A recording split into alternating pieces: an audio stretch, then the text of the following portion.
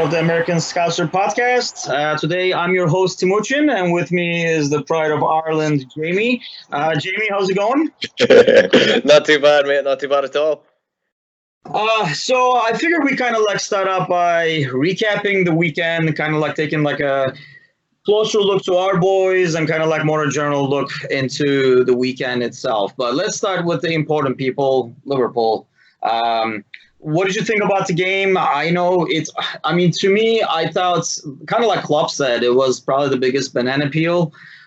Just coming from that long game in Istanbul, not to mention the travel from Istanbul, even though it is in Europe, it's still like a 3-hour flight back and forth for these guys. And I was afraid, going away is another thing. We weren't home. So I was kind of worried, and let's face it, the game kind of started worried till a brilliant moment from Mane, and then it looked like it was going to be really easy, cakewalk. I even started leaning back at one point, and then we had the ultimate Adrian blunder of the day, which kind of made things stressful again. But what was your general take of the game as a whole? Yeah, like you said, it was obviously a long while back from Istanbul, and not only that, Southampton's a fair trip away from Liverpool as well. So it's good to get the minutes we got in Istanbul, and makes it all the worthwhile with the 3 points away to Southampton. Big banana peel. They're a decent side. We're going to say this about a lot of the opposition we come up against. I know we said it about Norwich. They're going to take points off teams this year, and the same with Southampton. So always good to walk away with 3 points.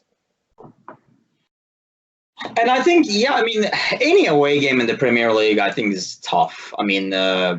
Regardless of the level of the opposition, going to an away field, the fans, the atmosphere gets that team going, and things can turn on you. The momentum can switch a lot faster than it can at home.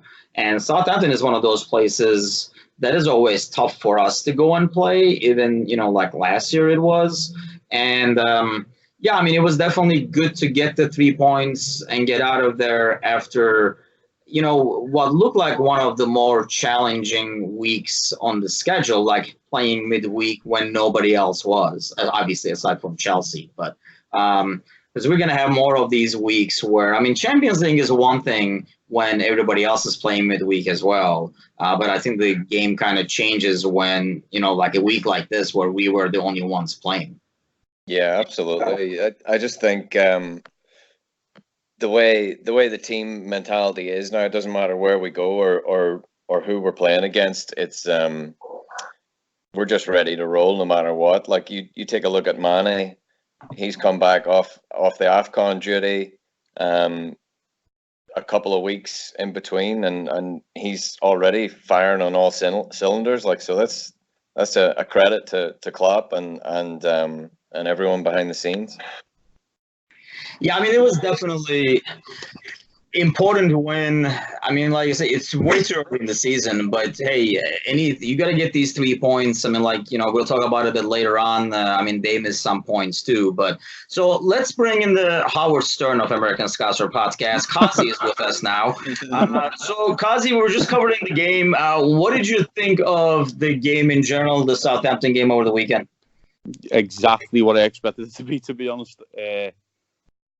I don't really, I can't think of the right word, but a bastard of a game, really. One that he didn't need after the Super Cup. It's very difficult, isn't it? Because I can't really say anyone really played well apart from Mane. There were spits and sparks of good performances. I thought Chamberlain probably had his best game since he's come back. It was just one of them games we just had to get through it. We just had to win the game, no matter what. Just win this football match and then worry about Arsenal next week. It is a banana skin. It's a big banana skin on the day. So no, it's probably if we look back on the season with success and we have the dream Premier League trophy, you'd mark that game as probably one of the most important top 3 important games you'll play this season. That's like the weird thing, isn't it? I mean, things kind of have changed with the way the City and Liverpool went at it last year and the number of points like they kind of gathered. I mean, there are times where in a regular, I mean, let's go back 3 years ago, 4 years ago. I mean, there were some games where you were like, you know what, we'll take a draw over there. We're good. I mean, that's a good away draw or whatever, and then you'd be almost like content with it because they're going to drop points here and stuff like that.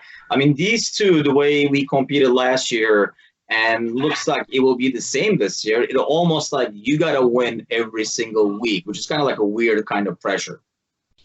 Yeah, I think I always look back on the Mourinho's. I think it was his second season at United when he finished second. I think he got 86 points. He played it like a title-winning season, so he was taking draws and things like that, like you normally would 10, 15 years ago. He's, go to Anfield saying draw and things like that, and you go, that's a good draw, and go to Goodison Park, draw, you think, solid draw.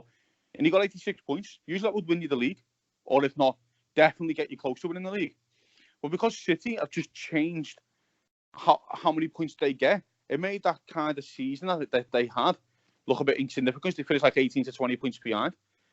But, I think as well, 12, 14 points behind or something daft. But he got a lot of points. It's just that City are just a machine. They're just an absolute winning machine. And listen, I always say, if we're going to win the league, whether it was last year or this year, we're playing against the greatest squad of players ever assembled. And they kind of proved that again on the weekend, even though they never won.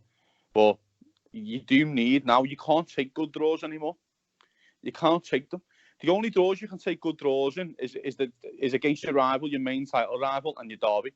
The only one you can kind of take a good draw in, because the rest you kind of like gotta go to the bridge and win. You kind of you've got to go to Spurs and win, and it's going to be extremely, extremely difficult. I don't think it's going to be over 95 points this season. I think it'll be, if whoever wins the league, it'll be on about 93. That's my opinion anyway. I think about 93 might win the league. I'll take that right now. You know what I mean?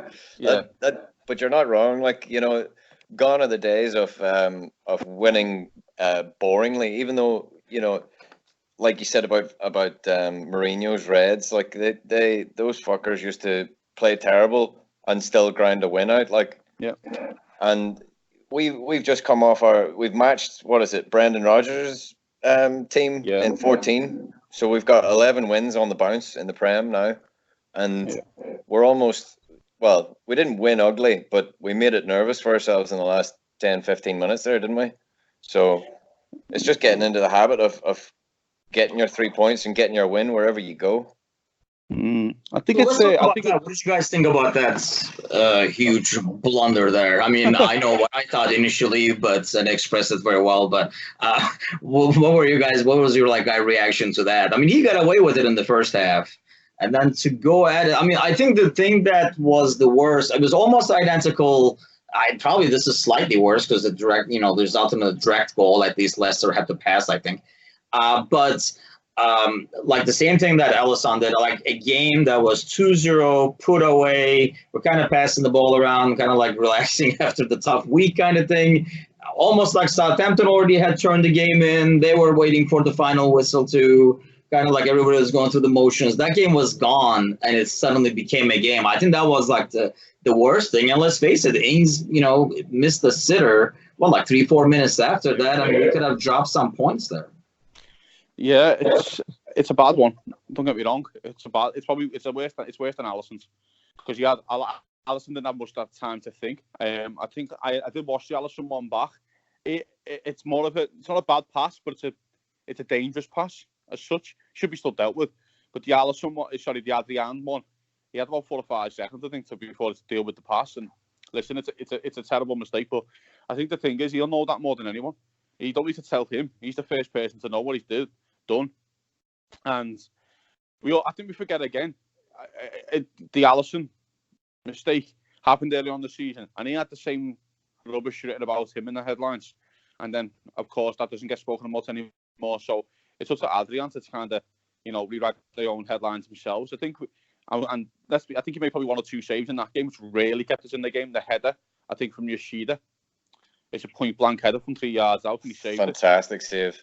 You know what I mean? And that's, of course, I always feel sorry for goalkeepers because as soon as they make one mistake, that's a goal. Players go out, like Salah, for example, made 3 or 4 mistakes, but they're never goals, are they? So when a keeper makes one, it's more than likely it leads to a goal. So listen, it's a bad one. Again, you'll know that more than anyone. But and I know what you said, it could have cost us points, but also could have been the Firmino missing the one-on-one when Mane's played him in. Yeah, to make it 2-0. That could, if Liverpool, if Firmino doesn't get the second goal, but also 1-0, you know what I mean? So it always swings and roundabouts. I look at the miss. I was more frustrated with the miss by Firmino. I know he made up for it with the second, and that's fine. I was more frustrated with the miss because it's a sitter. It is a sitter in old school English terms. There, it's a bad one to miss. But I think Adrian know more than anyone. That we've got a big game on the weekend, but he can come back out, and I think he'll be absolutely fine. I think it's better than, letting a goal in where, like the Mignolet I had in preseason, where it's like a shot from far away, just bounced off and then went in. Because, this almost looks a lot more preventable. Yes, I will release the ball earlier and we're done. Because really, aside from that, both goalies, I thought, were having a great game. I mean, as I was thinking about, that's what I mean. I was leaning back and everything, which rarely happens for me, and already thinking about, what my 5 points would be when I wrote my, for the blog. And one of the things I was thinking at the time was, man, both goalies had like a huge game. Adrian had a couple of big saves, especially in the first half. And, let's face it, their goalie kept them in the game, robo shots. I mean, there were like multiple that could have gone in. The game could have gotten out of control a lot earlier. So I guess in a way, the way the mistake happened and he let it in and we got away with it, we got out 3 points, kind of like Ali did. Hopefully he'll learn from that too and release that ball a lot earlier. Yeah, and that's what I was screaming for. Just hit it first time. Like he got away with a few in the first half. There's that one where he gets closed down right on the byline, and then there's another wayward pass where he hits out wide. And I'm sitting there screaming at the TV, just first time, Rosie, get rid of it. But obviously he is a player, a keeper that likes spreading it around with his feet. He's got that Spanish flair in him there. But, like you said, it's not as bad as a goalkeeping calamity where it'll really zap your confidence. Like you said, Timucin, you just, just don't do that anymore. Get rid of the ball or let it go out for a corner, anything, Yeah, and again, as I say, we don't know what he's like in training, what he's been told in training. You know what I mean? He might have went there on first day and he was whacking the ball up there like, hey, mate, you're not at West Ham now, trying to find Andy Carroll. Yeah. That Liverpool fella. Fucking, we're spreading the ball around and we're picking men up and things, do you know what I mean? So he's probably getting encouraged to do the same. Every goalkeeper would love to smash the ball into those. It makes their job a lot easier. So 90% of keepers would love to do it, but teams don't want to play like that anymore. It's not that I feel sorry for him because I think he'll come back. I think he's absolutely fine. He recognised straight away. I think Virgil would have had a word and went, listen, I'll relax. It's fine. We've won the game. Don't worry about it. Move on to the next one.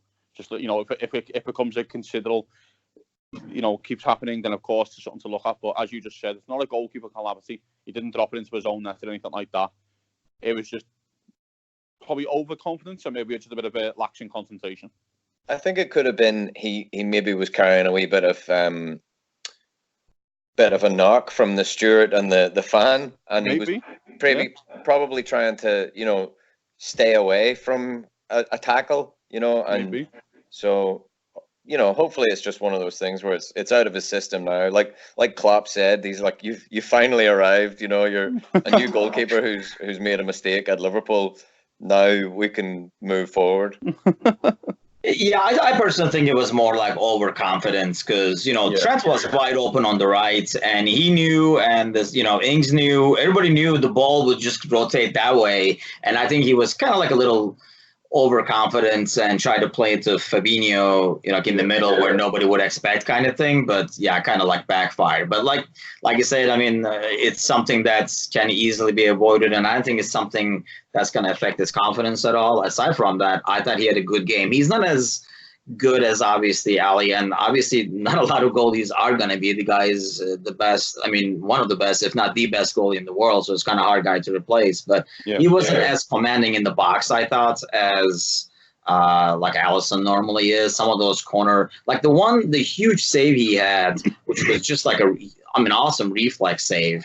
But if you think about it, that ball is probably not being headed over there if Ali is in goal, because he would have probably either grabbed that one or punched that one away. But I thought overall, I thought he had a good game in goal where, I mean, I was not worried about the goalie, which is, not something that we could say if probably like if Miggs or somebody else is in goal. Yeah, I think the strong point as well is just that you are right. I thought that as well. I thought it was close, like where a keeper could come and get it. But again, James brought up a great point. He could be injured. He could have had an injection before the game. He doesn't want to fucking go flying into defenders and trying to like knock the ball off Virgil and Yoshida, both jumping up for it, you know what I mean? And trying to claim it. Comes down funny on his ankle, then, big Andy Lono's in goal.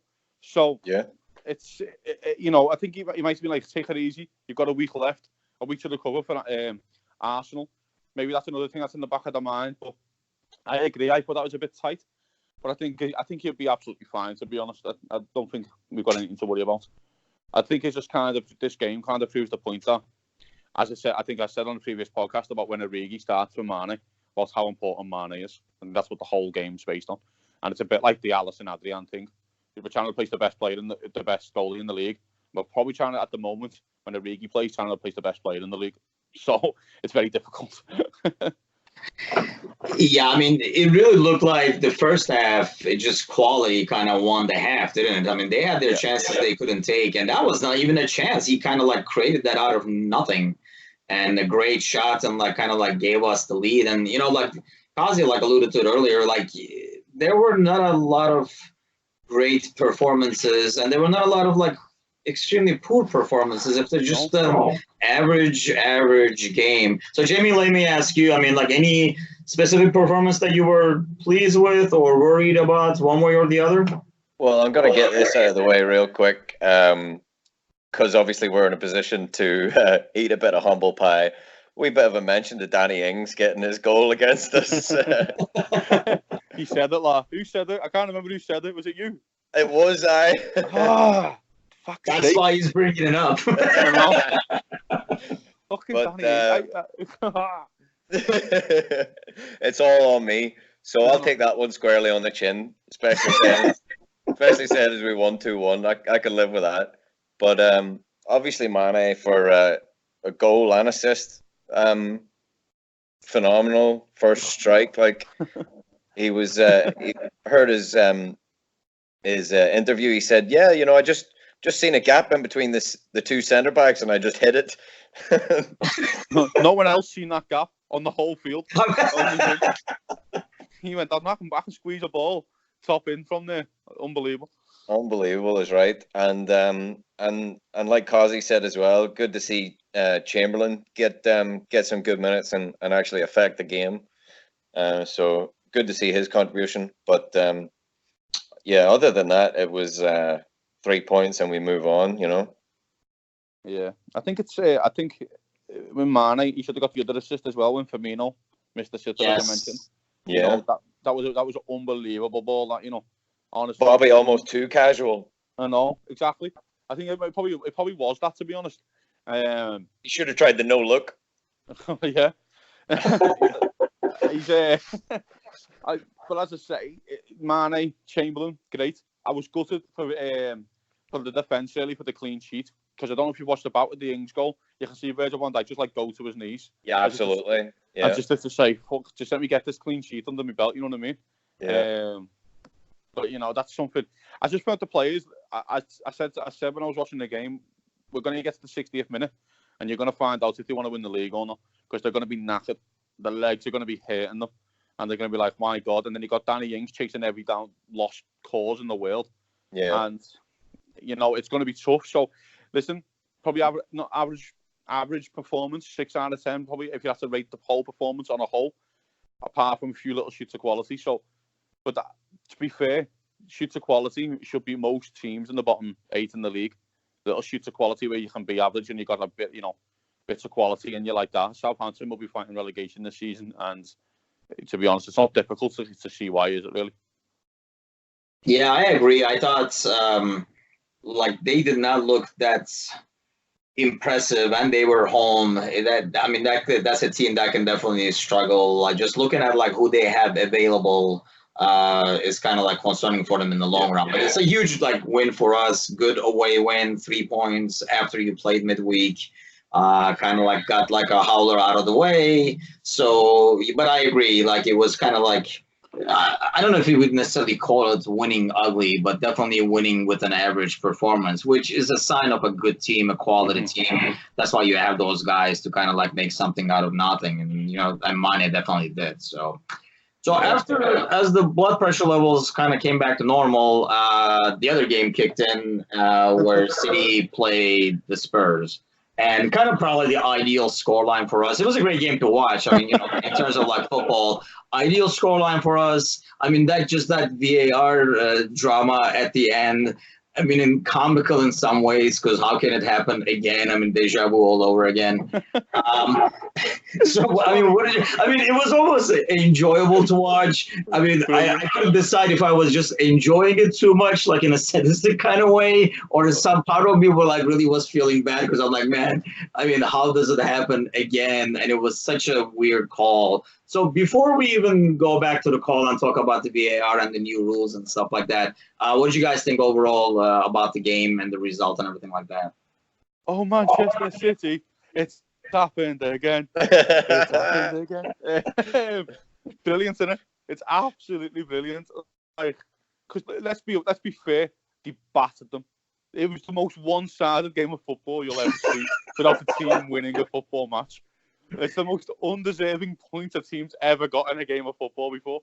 They counted City. Spurs had 3 shots, and one was from Harry Kane for about 120 yards. You can't count that. So, listen, they're a phenomenal football team, and the freaks of nature. I thought and if we're going to win the league, or if we're going to beat them and win the league, we're going to need things like that to go our way. We really are, because we're going to need every ounce and dread of luck to go our way. The performance, City can sit there and go do the same again. I think my favourite part of the whole game is that Pep Guardiola brought up Alisson's penalty on the Wednesday. It's absolutely brilliant. We just live in his head. What was that? I'm like, holy cow. Where did they get into the archives?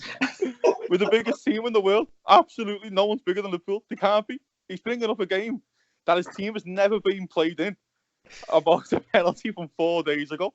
Like, oh, it's absolutely wonderful. But, we can get onto the rules. I'm sure we're going to. But it had to be City, didn't it? It just had to be City again because of the Champions League, of course. And now this, it's just...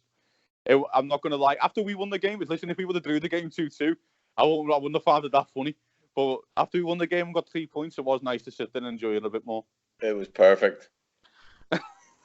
My favourite bit didn't happen on the pitch. My favourite bit was between Pep and Aguero just arguing on the sidelines. and then the kissing and making up. I know. for like 25, literally, he's hugged Aguero more than I've hugged my wife in the last 3 years. And I swear, that was some really cringy moments. And the funniest thing was, as they were making out on the sideline, the goal was being overturned on the other side. It was just like the ultimate combination there. It's wonderful, honestly. And then, do you have that moment? It was a bit like in the Champions League when he dropped to his knees. After that, he just ran into the crowd and things. And then he had that moment again. It's just, honestly, I love Pep. We all know he's a genius. I like the team, again, the greatest team ever. And it is nice just to see them get a bit of comeuppance, to be honest.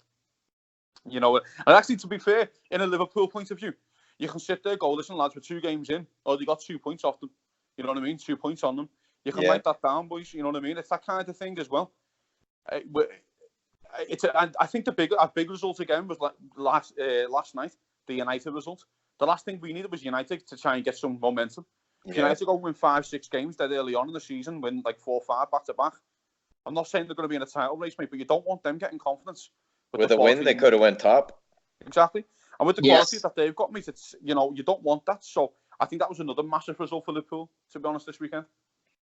I mean, yeah, if you go, I mean, Chelsea drawing, which, I don't see them as as big of a threat. Obviously, it doesn't look like they have enough horses to run the race. But, and same thing with United. And what a goal that was by the Wolves. That was just like a classic. I mean, holy cow. And yeah, though that was, I mean, it was a great weekend. When you look at the end, it was a great weekend. Everything that we could have hoped for literally happened where everybody lost points. And, apart from Arsenal. And honestly, like watching, like you're saying, like City just totally dominates Spurs. And if Spurs really do lose Eriksen, I don't know if they're going to be able to hang on to third with the depth they have, especially if they lose Eriksen. Go ahead, Jamie. You can take that, mate. Yeah, I feel like he's their linchpin. There was obviously a time a few years back where every team in Europe was linked with him. Yeah. So yeah, I honestly don't see them holding together. I mean, they've got decent players. Son, Mora, Harry Kane, if you want. But yeah, I feel like if they lose a player like Eriksen, he, much like Hazard, he just conducts everything. Everything flows through him. So it'll be interesting to see. Because even the entire first half, like Lamela, I know he got the goal, but he kind of looks lost and gets bullied around in the middle there. So yeah, like you're saying, everything goes through Eriksen, and that was my thought. I mean, they totally got outplayed throughout the game. I mean, it didn't look like the third team in the league playing like the top team or the second team in the league. It almost looked like they were like fighting for their lives in the Premier League. If you look at the stats, look at the game overall, if you don't look at the names and know that they're they have quality on their lineup, it just the gameplay looked like they were just hanging out for dear life, which most of the time they were. But I mean, it's a great result for us at the end of the day. But what do you guys, now that it's been 2 weeks and a lot of like VAR stuff going back and forth and new rules. I'll start with you, Cozzy. Like, what's your take? What's your biggest beef? I mean, we all enjoyed this, but it's going to come back and like hit us at one point too. So I was afraid actually when they were watching the Wolves goal, when I was like, man, that awesome goal can kind of get called back for half an inch over here, if that. But so what is your overall take on it? Man, I think it's extremely difficult, to be honest. I look at it right and think VAR is there for a reason. It's there to stop clearing obvious decisions. A player's not trying to gain an advantage when he's half a shoulder offside. He's not. I'm here to watch football, to see goals, right, and see excitement, and see all these brilliant players, talented players, do special things with the ball that I can only dream of. So when you're Neves goal, for example, wonderful goal, great finish. You're marking something that the ball, it literally, come on, he wasn't offside, of course, but he would have been a shoulder, half a shoulder offside. How is that an advantage? There's no advantage there. I say this all the time, the offside rule was built so people from goal line, from lumping the ball up 60 yards and he's standing by the goal and he knocks the ball in. That's exactly why the offside rule was built in. Why are we at this point where, for example, the handball rule, now whether you like it or not, right, that's the rule. So VAR got the correct decision. Now, it's not a problem with VAR that the handball happened. It's the problem with the rule. So why was the handball rule created? It's to stop people from picking the ball up and throwing it in the net. That's why the handball rule was created. So why are we marking something like the actual fact itself? It's hit it on his arm. I understand he kind of gained an advantage and he scored off it. It's not deliberate. He didn't know about it. It should never be handball. Never, ever be handball. I don't watch football as well to get every correct decision right. You need a bit of controversy in the sport. It's one of the talking points about the sport. It's one of the wonderful things about the sport. It should be there to stop clear and obvious errors, as it's stated, which is clearly offside, and which I'm talking more than a foot offside. Like, I'm not talking a whole foot, I'm talking like the length of your foot, guys, or like 6 inches offside, or something like his head's offside, but you can quite clearly see he's looked to gain the advantage, or a deliberate handball, or a course of sending off and things like that, which the referee would have missed. What are we playing at? Like, it's not handball in any case and scenario. Of course, the rule says it's handball, but let's be real, lads. We've all played the sport, of course, not at a like high level. It's not handball, and the offside decisions that are getting given. Like the one against Sterling, particularly against West Ham, it's not offside. It's not even. It shouldn't even be a conversation that he's a shoulder offside. Are we actually getting that politically correct? That we have to be that, that's what we need to be at. It's just, it is tough. It's hard. But especially why didn't they pick up the VAR pick up the Rodri incident with Lamella? Yeah, that's true. Yeah, exactly. That's what it's there for. It's a penalty. Why do you actually need to break the ref just to go, hey, buzz the ref and go, oh yeah, by the way, that's a penalty, mate. You've missed it there. Like, why hasn't that even been reviewed? Yeah. Do you know where these guys are based? They're based in Heathrow Airport, or 10 minutes away from Heathrow Airport. You don't even have the game. Yeah. Like, are we? I don't know. It just seems. I think VAR could be great for football, as it stated, clear and obvious decisions. But blatantly offside, blatant. So the one I always sticks out to me. I don't know if you remember the games, the Cardiff Chelsea game last year, when Azpilicueta's about 4 yards offside and he scores. Yep. That one, because that basically cost Cardiff the place in the Premier League. Which I'm not warning about. It was Neil Warnock, so he can fuck off. But I mean, I was gonna say that. I'm not feeling bad for that dude, but it's there for them kind of reasons. To be fair, it's also if you want to get real like an issue which could have affected Liverpool, Andy Robertson could have been sent off on Lionel Messi. He could have been sent off. Yes. And people forget that, and VAR was used in the Champions League. It was never used. But if that was Salah on the floor, and someone done that to him, we'd all be going, why didn't he send him off for that? Or why isn't he booking him for that? But it never got used for that. So they're the kind of issues that I want to see it get used for. Not for shoulders, not for, and clear of penalty decisions also. And why do you need VAR on a penalty? It's one phase of play. It's one kick of a football. Oh yeah, we need to see if his feet are on the line. So what are the three linesmen doing then? The two linesmen that you have, and then you go referee. What are they doing? Why don't two linesmen, one stand one side, one stand the other side, and look at the line? I don't know. It just seems like we're getting very over technical, and we're getting very computer generated. I think it's also affecting people who actually go in the games and people sitting at home. It might benefit us more because we don't get to go to many games. So when you're at the game, mate, I can see you being absolutely frustrated to hell. Yeah, exactly. Well, before I go on my rant, what do you think, Jamie? Well, obviously with the evolution of the game, everything's faster, and I get why they've instilled VAR and goal line technology, etc., etc. And the whole handball thing. Back in the day, it used to be ball to hand or hand to ball. Yeah. You know what I mean? Like it's all taken on this evolution, and we've now got to this point now where nothing should be getting by the guys at Heathrow. But it's a fast game, and I don't think when they thought we'll put VAR into the Prem this season, I don't think anybody would have thought by the second week it would have already caused mayhem.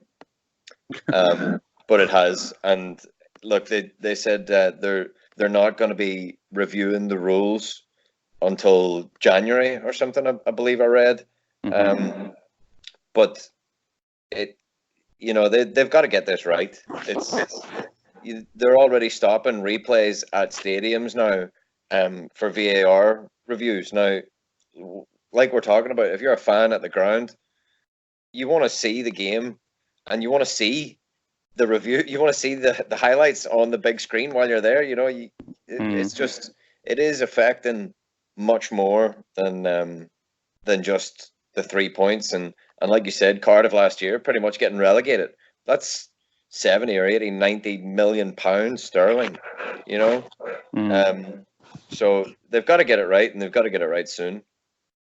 I think it's like you say, most like the City one. I mean, it wasn't really VAR. It was more the stupid rule. I mean, it just. Yeah. I mean, the handball rule is something that definitely gonna have to go back and take a look at and kind of like either like fix the wording on it or whatever. But I mean, if it's not giving a clear advantage, and in that case, even if it was definitely not intentional.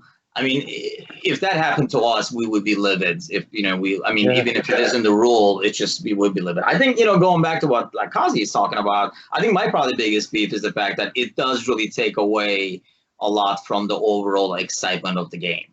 I Yeah. mean, even in goals, you know who's the most confused about this is my dog. Because I mean, I talked about it before. He gets a snack every time we score. So, and he knows by my yelling when we score. But now, like when we score, I yell. He's running to the jar. I'm like, hold on, bro. We gotta wait for VAR. Gotta make sure it's got cleared before you get the snack. I can't take the snack back. So I think it takes away. It's your dog, like, hey, when do we play Arsenal at home? We usually put 5 past them. Is that this weekend? Get in. And I think that's the part that is probably bugs me the most. It does take away from the excitement. But having said that, I mean, we do want the calls to be right. And I know what you're saying, Cozzy, but in some ways, that's got to go into the wording. They can't be like, well, that's too much offsides. That's a shoulder, and a foot and stuff like that. But I know what you're saying. I mean, it's to the millimeter. Yesterday, when they were showing the replay and they had the VAR going for Wolves' goal, I mean, did you guys notice how they were drawing that line and that line's angle kept switching? And then, like 1 second it looked like offsides, 1 second it looked like offsides. I'm like, depends on how you draw that line. I mean, they kept switching that thing. And I was like, I mean, this is not really what we had in mind. I mean, like I say, we do want the calls to get right. And I guess there's no way around it until they kind of like work on it more and to improve it. I'm honestly, more than VAR, some of these rule changes make no sense to me. That handball one is one.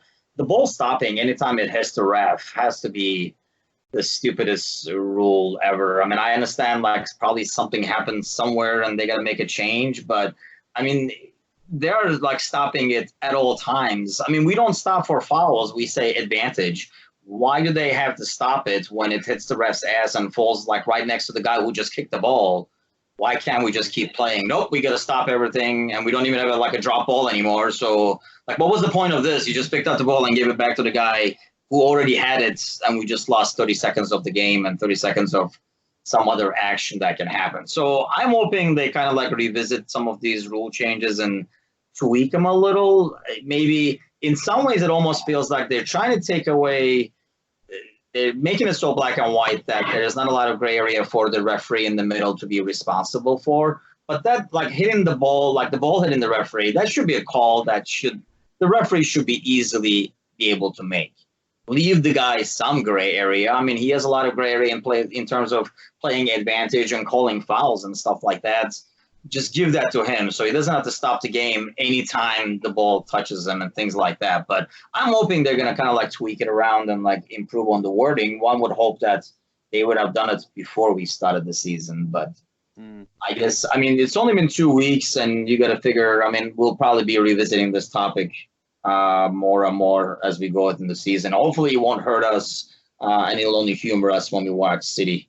But so before we kind of go away, I kind of want to pick your guys' brain on this because I'm sure we'll talk about the Arsenal game on Thursday's podcast a lot, and yeah, I'm sure Stitch is going to be excited about that one, especially after Socrates talked crap about. Did you guys see that he said that Burnley was harder to defend than Liverpool front three? I don't know. In 20 minutes off you. What the fuck are you going on about? Absolutely murdered you inside 20 minutes. You big stiff idiot. Oh, ridiculous. Yeah, ridiculous. I was like, what are you talking about? It's just like, what are you trying to give them a compliment? Are you asking for it? Why would you? But anyway, why are you trying to wind them up? Don't wind them up. Don't make them angry. They took it easy on you last year when you put the 5 and went, you know what, we'll just stop now. Come on, this is getting harsh. Now they want to put 8 past you. But anyway. Yeah, I don't know why you would even like give that kind of material, but hopefully we'll make it pay for that one. But what I wanted to pick your guys' brain about was Sturridge, because I read the news today. Like, so he's in Turkey right now, and he's supposed to sign for Trabzonspor, which is how would I compare it? The Everton or the Wolves of the Turkish League. Yeah. You know what I mean? It's not even like he's going to one of the big dogs in Istanbul. Are you guys surprised that no one rolled the dice on this guy, or is demand so obnoxious that everybody is like, dude, you can break any minutes, we'll go with somebody else? I think it's that. I think it's the latter. I think it's his demands. The guy's 29, and in the Premier League, mate, if you score probably 12, if you've got a player who can get you 12, 13 goal Premier League goals, you probably stay in the league. That's how it probably kind of works out. No one goes down with a goal scorer in the team. No one gets relegated with it. I usually done it with a player. Think you can get your at least around 15 goals. It's very rare that anyone gets relegated for that. So when you got a player like Sturridge, I'm not saying he should go to a relegated side and things like that, of course. But you can't tell me he can't do a job at the bottom 10 Premier League sides. You know, you look at certain teams, especially. I even look at Leicester with Brendan Rodgers. I'm thinking, go and play 20 games there. You'll get 20 games. He would, you know. Like, for Vardy as an option coming in, I was thinking that would have been a perfect little match for him, really. And if he wants to play two up front, Brendan, which he likes to do, then at Liverpool, of course, with Sturridge and Vardy, if Sturridge stays fit, is a really great combination. But he's went another way. I think it's a sad little move for him, to be honest. I think he's probably just cashing in. But he won't be. I think he'll be gone by January.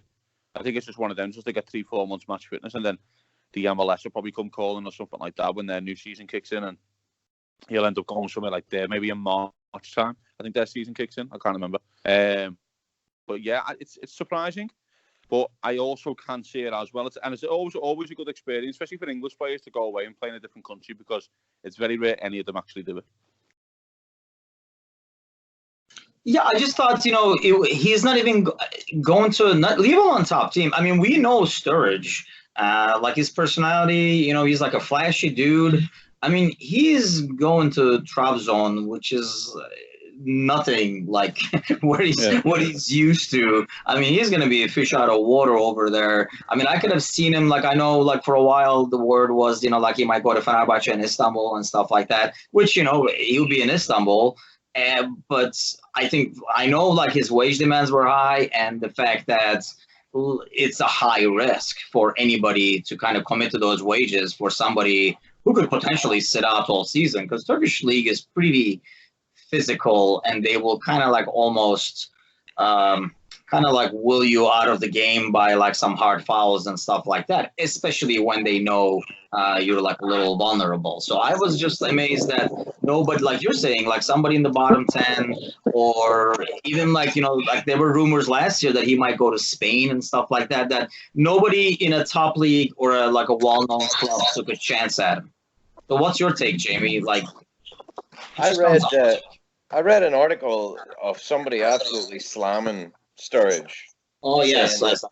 Saying that he wouldn't even get him on a pay-for-play basis. And, I mean, he's been rumoured here, there, and everywhere. He's been rumoured in the French leagues. DC United wanted him.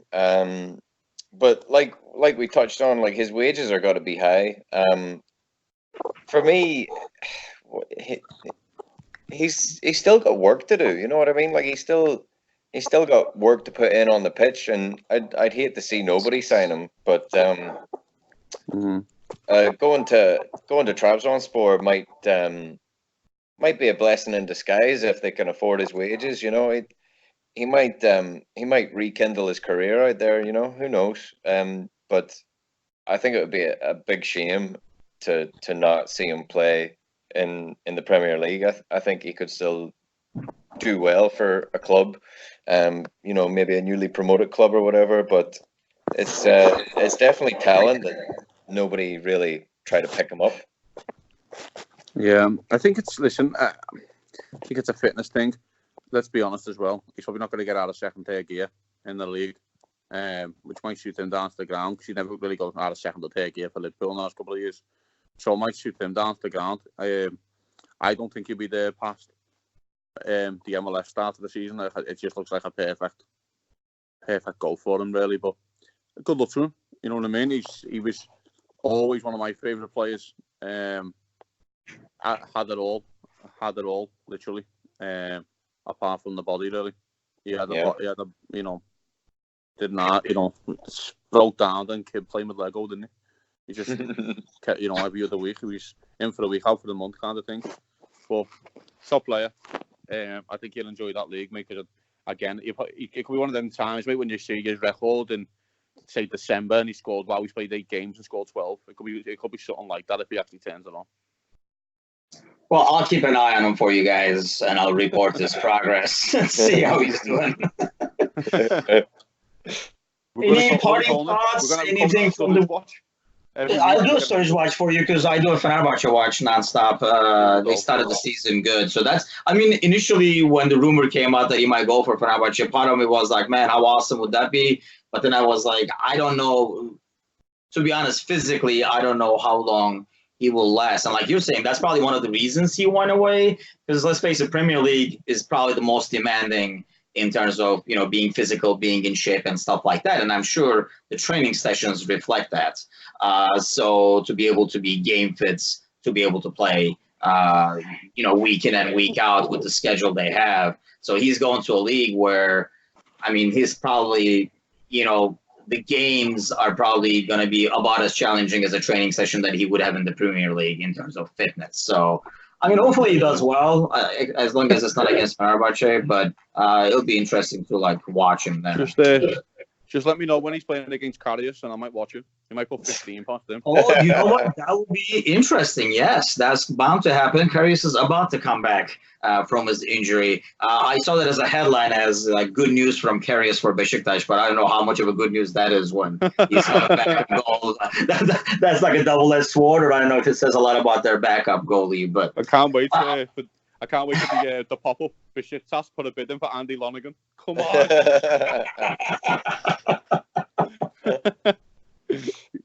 So any parting thoughts, guys? Anything from the weekend that you guys took away as we head into next session? Like I say, we'll probably talk about a lot about Arsenal on Thursday, but as we put this weekend away, what are your final thoughts? You know what? No, perfect weekend. Good from the lads, solid. I knew it was going to be difficult. I do want to say, though, on the previous podcast, guys, I did guess the midfield correct. You did. I'm the happiest guy in the world. Unbelievably. I said Unbelievably, that's nice. Got to get something right. Well, it was a difficult question, wasn't it, really? Yeah, I just thought I didn't think he'd play for Fabinho because he was so poor midweek. Yeah. And then as I said, he played weird sides and mad away games. When you're like, wow, where have you come from that? So he did get it. But no, listen, good side. We done really well for what it was, and then City got to go to Bournemouth. They'll probably put 10 past them, maybe 11, and then fingers crossed the Reds can do the business. Yeah, I think my weekend was pretty happy due to football results and fantasy league results. So well, I don't even want to go there. Okay. But I just think it was also nice to put a bullet at the end of the Coutinho discussion. Thankfully, he's gone. We don't have to talk about him anymore. But yeah, I don't know. Good week. Everybody else faulting around us, and who'd have thought that in game week 2 already there'd only be 2 teams with a perfect record, and that's us and Arsenal, and we play them in a few days' time. So, do you know what? Another thing I need to add as well. Actually, there's only one team in the whole 4 leagues in England who've had 2 clean sheets. Started the season with 100%, which is Everton. And then they text me going, for a fact we're getting beat on Friday against Aston Villa, don't you? Just because of that stat. I can't. It's the only thing he's got on me at the moment. Best defender in the world. I did not know this. Really? Yeah, the only one. Yeah, they've had 2 back-to-back clean sheets. Yeah. Well, you may tell your mate to give the podcast a listen and tell him you shouted him out on American Sky. I told him then, going, well, if you've got 2 clean sheets, you should be top of the league then. Oh no, you shouldn't. No. No, that's how it works. You got to do something else on the offensive side too. But yeah, they only have 1 goal to their name. Looks like. So. I know the one sole goal deflected in. Yeah, well done. Yes, exactly.